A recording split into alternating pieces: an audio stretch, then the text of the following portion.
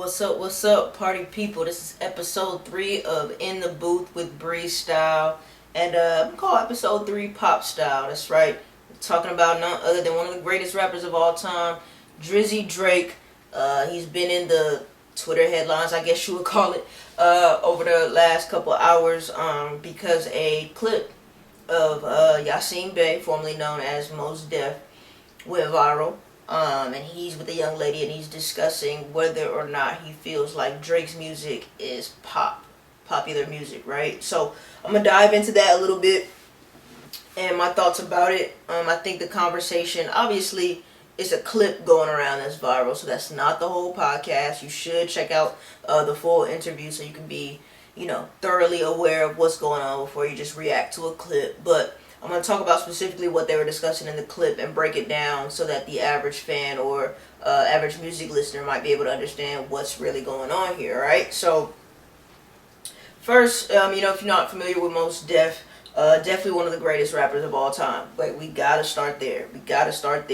I see a lot of people on Twitter trying to figure out if he's even credible or worthy enough to be having the conversation that he's having. Stop right there. Yes, he is, right? So, if you're unfamiliar with him, his magnum opus is Proudly Black on Both Sides, right? One of the greatest rap albums of all time.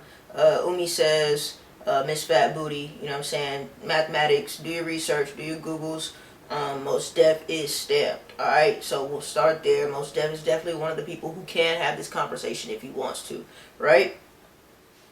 And so, with that being said, I think there are a lot of interesting things that stuck out to me in the interview. I think the young lady, I'm sorry, I don't know her name, but she interviewed him. She was a great interviewer. Like, she knew exactly what she was doing. It's your job as a content creator to get the kind of reaction that you want, to clip that up, to put it out into the world. Unfortunately, that's just where we are in today's, world of content creation, of viral videos. That's just how it goes, right? So Shawty won. She did exactly what she was supposed to do. She got Mos Def to react. Obviously, it was a conversation that he wanted to have. And I do think it's a valid conversation. I do think that it's worthy of being discussed. Do I like how it was discussed? No. In my opinion, hip-hop fans tend to take things pretty seriously. Conversations around the type of music that you're making being one of them. And so, for the interview to pose the question the way she did, and then all the sniggling and giggling and hee-hees and ha-has, I didn't really care for that so much on the part of Mos Def, because I do think he could have made a valid point without the kind of slighting that he did to Drake. Almost like, I won't say it was personal, but there was a lot of laughing, and they were saying like you hear Drake's music out when you're shopping, and he's like, oh, look at all the SKU numbers, oh, so many SKUs, so many products, and I'm just like, damn, man, Drake doesn't make just store shopping music, and it's not fair to sit here and act like he does. And if he does make sure store shopping music is better than any store shopping music we've ever heard ever, right? So I mean, you gotta give credit where it's due. So I do think that Shawty and Mos Def could have been more respectful in their tone when discussing the situation, because I do think it is a valid conversation to be had. But when you add all the laughter and the hee-hees and the ha-has, it takes away from, the point that you're really trying to make. And it's a valid discussion between pop and hip-hop, right? And so, I think there's room to talk about Drake's music in that facet. So, what is pop music? It's popular. It's commercial. I don't want to say cookie cutter, but I will say formulaic. There's a formula to it, and one of the reasons that Drake does fit into the pop category is because his music definitely developed a formula over the years, and you could tell when he was trying to make music to fit that formula, right? And so I think when you have the ability to do that, you do it as long as you can, because you don't know when your window for that is going to close, right?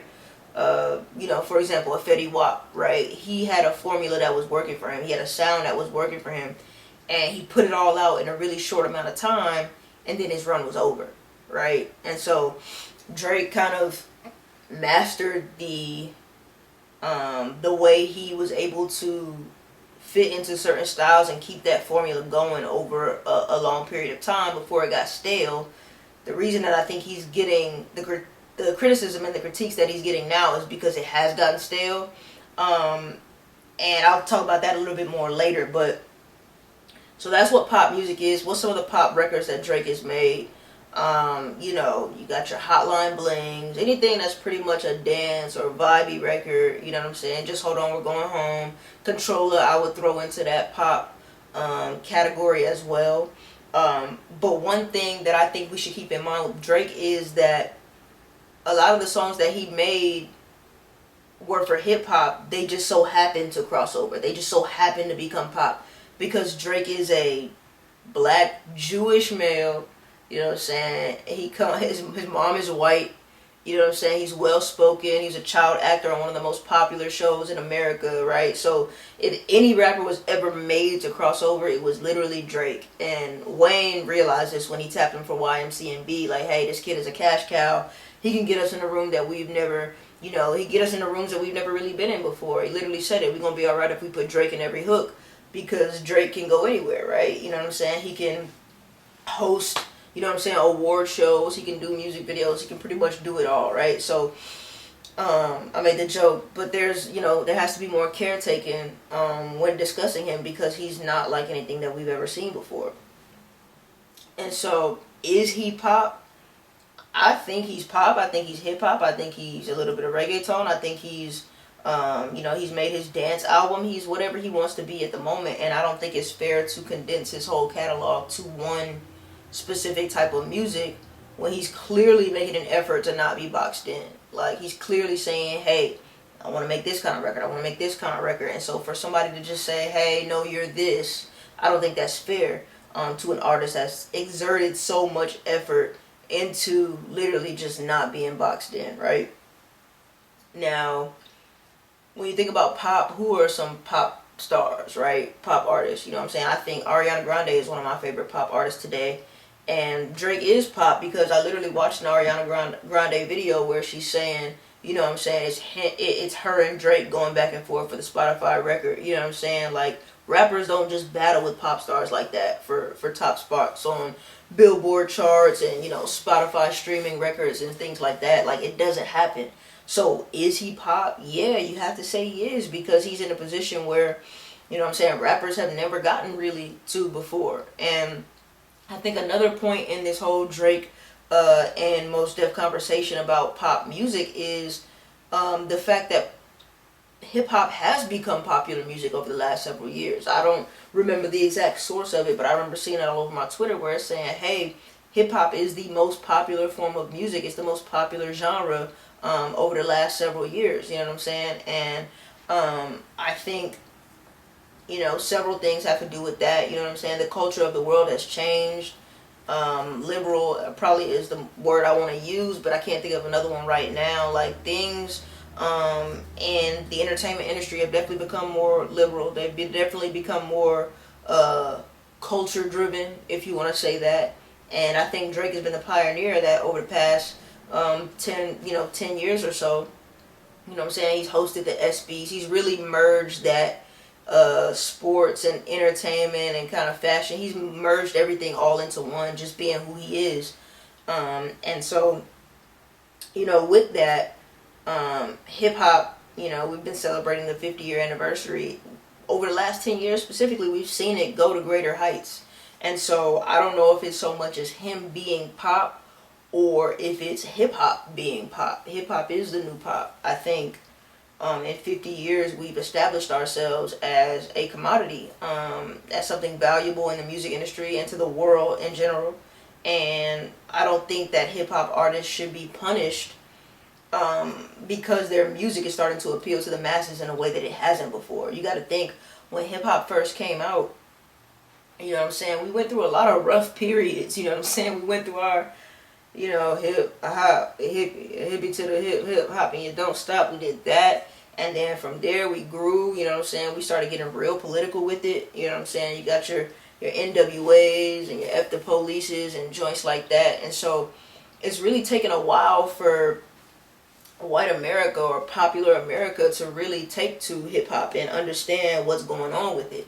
And as we become more affluent as people, and as a culture, and been able to experience more and just make different types of music, make happier, funner music, our music has crossed over. It's the music that people want to party to.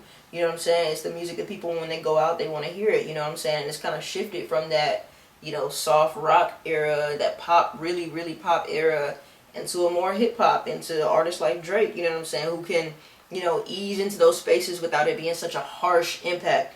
So I really think we have to discuss just the growth of hip hop and where hip hop is headed before we just, say that one artist is this or one artist is that.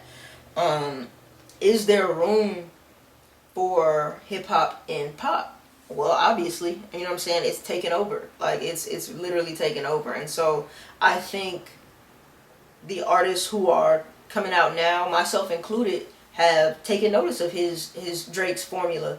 And if we're smart, we would do our best to insert it where we can. You know what I'm saying? You add your own natural and individualism to it. But he obviously did something that worked for a really, really long time. And so the smart artists will be able to take from that. And that's what music is, right? That's what influence is being able to see what someone else did really, really well, take the good things that they did with it from it, morph it into your own thing, put it out into the world, and watch it grow and watch it expand and watch it really become something else and take on a mind of its own, right? And that's what his music has done. Like, make no mistake about it. When Drake started making music, you know what I'm saying, it's always been like this. You go back to So Far Gone, you have a song like A Little Bit. You know what I'm saying? He's always tried different things just to let you know, hey, this is the core of my music, but I'm not afraid to dabble in other areas here. And I respect him for that, because it is hard to do. You know what I'm saying? I'm making my first project right now, and you know what I'm saying? I know what the typical hip-hop records are. I know what people want to hear, but I've also tried some different things because, one, I love that music, and I shouldn't have to just make the music that I'm supposed to make, quote unquote. You know what I'm saying? I'm a fan of music, period. You know what I'm saying? I don't care what it sounds like. You take hip hop away from me, I'm still going to be a huge music fan. You know what I'm saying? I listen to everything. I listen to electronic, country, pop, soft rock, you name it, I listen to it. And you can hear that when I attempt to make music. You know what I'm saying? I'm not always just listening to hip hop, so I don't always just want to make hip hop. Sometimes I want to make a dance record. And we also have to keep in mind that Drake can sing, and a lot of rappers can't. And so when you add that layer into your repertoire, it gets real different real fast. Like, I can just do so many different things that other artists can't when I can sing, right? And so while, you know what I'm saying, I do think that Mos Def and the young lady had a very valid point. I think there's more nuance to it. And I will get into my critique of Drake. So my issue with Drake over the last several albums has been a lack of growth, I'll say. I'm not saying that he can't rap. I'm not saying he's not a talented artist. Hear me. Drake is one of the greatest artists of all time. Make no mistake about it. What I do think he suffers from is a bit of, we'll say, dominance fatigue. I think he went on a run for a really, really long time where he was performing at a super duper high level with some of the greats, mind you. Know what I'm saying? He got signed by Lil Wayne, you know what I'm saying? So he's rapping with the greats in that early 2010s era. But I think as some of those artists kind of fell off, or, you know what I'm saying, took a step back or stopped being as dominant as they were, he held that torch for a really long time. And I think his ego's gotten to him a little bit. I think he's afraid to step away and go experience life and then come back with new art. I think he's found pride and taken pride in I've been running the game for a decade, to the point where he's afraid to step away because he might feel like people would say he fell off like those others did, which I don't think is true. I think he opens himself up to a lot of critique because he can't step away. And when I say that, I mean he doesn't behave like a superstar behaves, right? So you have your Beyoncés of the world. they go live, they make their art, they put it out, and that's that, right? Even example I used earlier, Ariana Grande, they go away, they make their music, they put it out, and that's it. You know what I'm saying? You get what you get. This is my art. This is what I've been putting my time, energy, and effort into. Here you go. Whether you like it or not, this is it, right? Drake, we've seen over the last several months him drop For All the Dogs, and you know what I'm saying. It didn't get the best reviews. You know what I'm saying. This is probably the worst criticism he's received in his career to this point, and it's been a slow build up over the last several albums. I know for me personally, I haven't really been feeling the last maybe I'll say three Drake albums. I'll say Certified Lover Boy was not for me. You know what I'm saying? I didn't enjoy that music at all. The rollout had me locked in. Certified Lover Boy, you know what I'm saying? My ears perked up. But when we actually got the music, it's not like anything I thought was going to come. And even though it didn't meet my expectations, I still didn't feel like it was quality music. And that's because I'm so used to the heights that he's been taking us on, the heights that he's been taking us to throughout his career. And so I'm not sitting here saying that your ear is untrained, but my ear is pretty trained, and my ear is really trained to a pin, right? And so I can hear when there's a decline in the songwriting. And in my personal opinion, there has been for Drake, because he can't really take that time away to live and be inspired. I mean, I think in the music we can hear, you know, he's definitely hurt, you know what I'm saying? He's jaded, which he's told us in a song. And I think that the quality of the music has suffered because of that. I think he has, again, I don't know this man, but this is just from what I hear from my trained musical ear. I think he has a lot of yes men kind of in the studio. I think he is, I mean, for lack of better words and lack of better terms, I think he hasn't been able to grow up.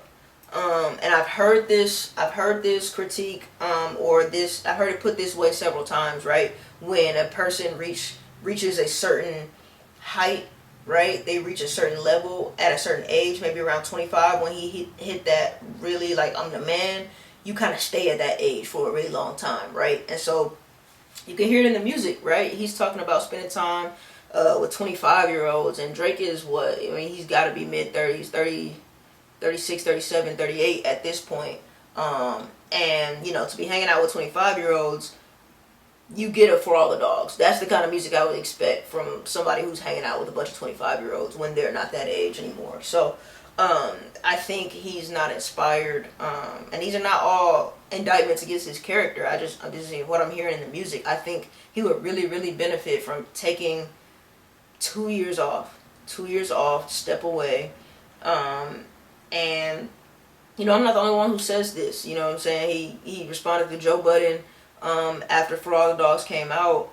And I know that he was affected by the criticism because he came back and dropped like 4 or 5 more songs. You know what I'm saying? Super duper stars don't do that. You know what I'm saying? Beyonce, if we say, oh, we don't like this album, she's not coming back and giving us another 5-piece. Like, she's not. You know what I'm saying? Because this is my art. This is what I've worked on. This is what you get. You know what I'm saying? Live with it. You might not even get it right now. You might get it 5 years from now. But this is the art. And I feel like he was pressured, one, into, you know, that response to Joe Budden, which I felt like he put a lot of energy into that, which you wouldn't do if you didn't think it was true. And 2, you gave us what we actually wanted. Like, why did it take such criticism for you to actually put some good music out? I don't know. But like I said, these are my opinions, my critiques, things that I think I'm learning from as an artist as well, and I think other artists out there can really take note of. But I mean, as far as this conversation about pop and what it means to be pop, I think we have to really look at what hip-hop is and the direction that it's heading in, with streaming being introduced and whatnot.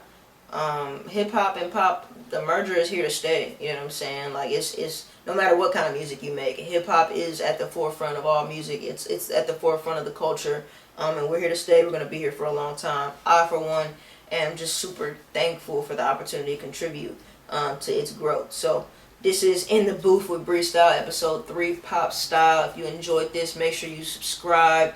You know what I'm saying? I don't know, what do they say? Smash the like button. I don't know. Whatever. Subscribe. Follow me on Instagram, on Twitter, everywhere. All the links are in the bio, in the description. Appreciate your support, and until next time.